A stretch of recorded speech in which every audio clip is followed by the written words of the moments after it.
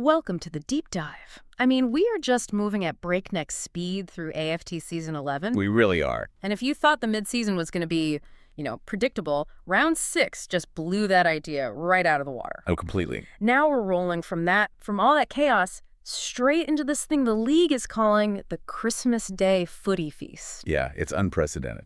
And that's really our mission here in this deep dive, isn't it? Right. To take all the sources, all the analysis, and actually synthesize what round 6 means. Yeah. We need to understand the ladder, especially that massive crush of teams in the middle. A 7-team pileup. Exactly. And then we've got to preview the 9, and yes, I did say 9, high-stakes matches all happening on Thursday, December 25th. 9 games on Christmas Day. It's a lot. But before we get to the feast, we have to unpack round 6. Because it wasn't just a round of footy. It was... Thrillers? Thrillers, massive upsets, statement wins. It really feels like it created this huge divide in the league. That's the perfect way to put it. The Great Divide. You've got the elite at the top, a brutal fight in the middle, and pure desperation down at the bottom. Okay, so let's start there.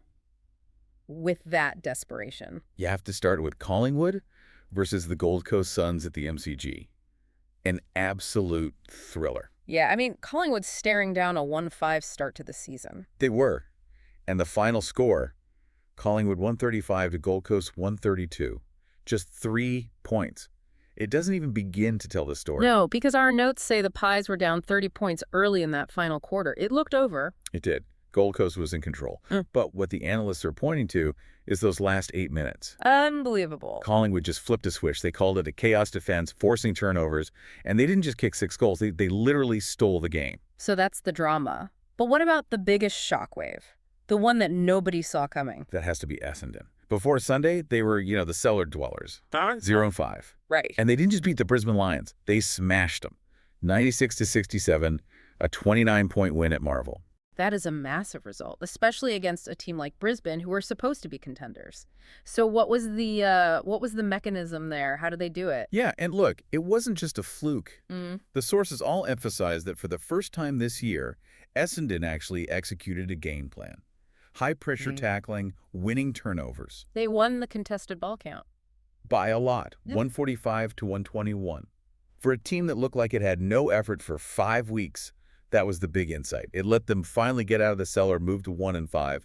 A huge psychological win for them. A great moment for them, sure, but it happened while other teams were making these really serious statements of authority. Oh, absolutely. You look at the Adelaide Crows, 117 to Fremantle's 86, a 31-point demolition at home. That was a big bounce back. The Crows are just playing at a different speed right now, and it's all about efficiency. The analysts point to their pressure in the forward half. They turn defense into points faster than anyone. They just choked Frio's rebound, which is their whole game. That's it, exactly. And we saw that home dominance elsewhere, too. North Melbourne. 19 goals. I mean, an incredible offensive show. They stunned Carlton, 130 to 107. Their biggest score of the season. And they did it with blistering speed. They just ran right through Carlton's midfield. Then you got the reigning premiers, West Coast. Yep. Too strong at home again. Beat Melbourne, 120 to 103. And that result, it's not just about the Eagles being good. It highlights Melbourne's road woes, which is a theme we're definitely going to come back to. And to round out those big statements, Richmond got a pretty clear win over the Bulldogs, 110 to 88. And that Richmond win, that was a defensive masterclass. The notes say their defense was suffocating. Strangled them. Truly strangled the Dogs. Dominated clearances 40 to 20. It was a structural win that just screamed maturity. All of that together starts to show the top half of the ladder finding its real identity. And the identity of the ladder right now, after all that, is just pure volatility. Absolutely. And once that round 6 dust settles, you're left with this, well, it's almost like a layer cake, right? A layer cake, I like that. With 3 totally different tiers. So let's start at the top. The elite tier, the 5-1 clubs. That's Adelaide, West Coast, and St. Kilda. Okay, so they all have the same record, but what is it that makes Adelaide the clear leader? What's the real difference maker? It's pure statistical destruction. Wow. I mean, the Eagles and Saints are having great seasons, but Adelaide's percentage of 127.77 it just sets them apart. And that's not just scoring, right? Not at all. It reflects how they score heavily, but also restrict opponents. They've scored 658 points and only given up 515. That is a massive buffer in the bank. Okay, so then we drop down a level to what you're calling the danger zone. The 4-2 clubs, Richmond in 4th, Hawthorn in 5th, both on 16 points. But the sources highlight a really big gap in how they're doing it. Offensive strength. Exactly. Richmond has scored 702 points. Hawthorn, only 589. That's a huge difference. And that's the danger sign for the Hawks. Their defense is holding up, but analysts think that low score total means they'll struggle against the top teams. Richmond, on the other hand, looks dynamic. Scary. Okay, and here it is. This is the core of it all, the crunch point of the season right now. That mid-table congestion. This is where the chaos lives. You look from 6th place down to 12th place. Fremantle down to Geelong. That is 7 teams. 7. All sitting on the exact same record.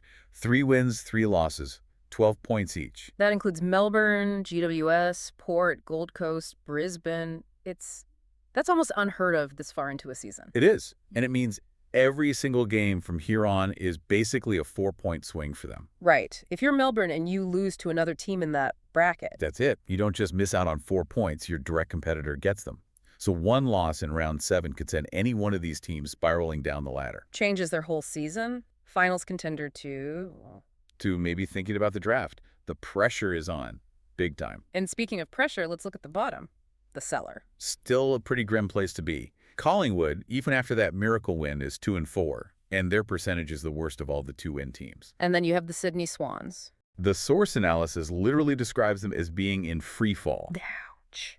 Yeah, 1-5, losing games, losing confidence.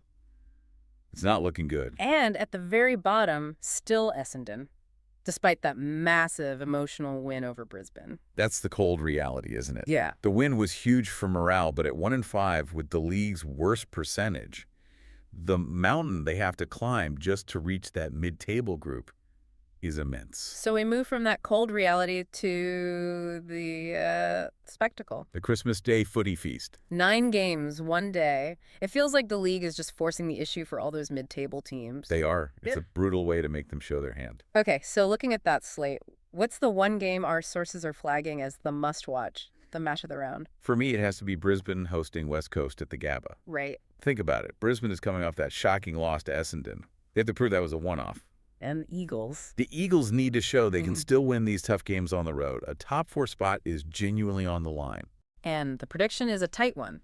West Coast by 11 points in a Thursday night belter. Yep, suggesting the Eagles' structure and defense will just about get them over the line. Okay, so that's the tight one. Let's go to the other end of the spectrum, the lock of the round. Oh, this one's ruthless. Yeah. It's Adelaide versus Sydney. And the prediction is Adelaide by 56 points. That is not a game, that is an execution. Yeah. The sources are calling it a Christmas massacre loading.